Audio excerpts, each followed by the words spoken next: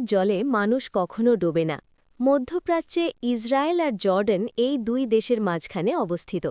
এটা আসলে সি নামে পরিচিত হলেও প্রকৃতপক্ষে একটা লবণাক্ত হ্রদ। কেন ডেড সিতে মানুষ ডুবে যায় না, এটাই ভাবছেন তো? তার কারণ হল ১. লবণাক্ততা অত্যন্ত বেশি। সাধারণ সমুদ্রে ৩.৫% লবণ, ডেড সিতে প্রায় ৩৪% লবণ, মানে সাধারণ সমুদ্রের চেয়ে ১০ গুণ বেশি লবণাক্ত।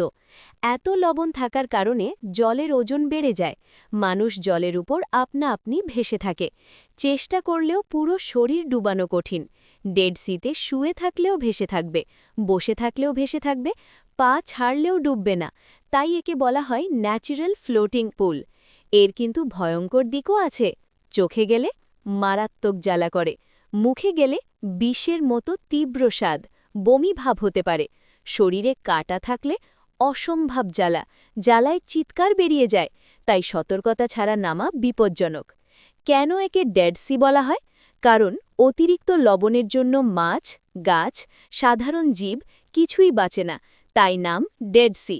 আপনি যাবেন নাকি এখানে? আমাদেরকে কমেন্ট করে জানান, আর শেয়ার ও সাবস্ক্রাইব করে পাশে থাকুন।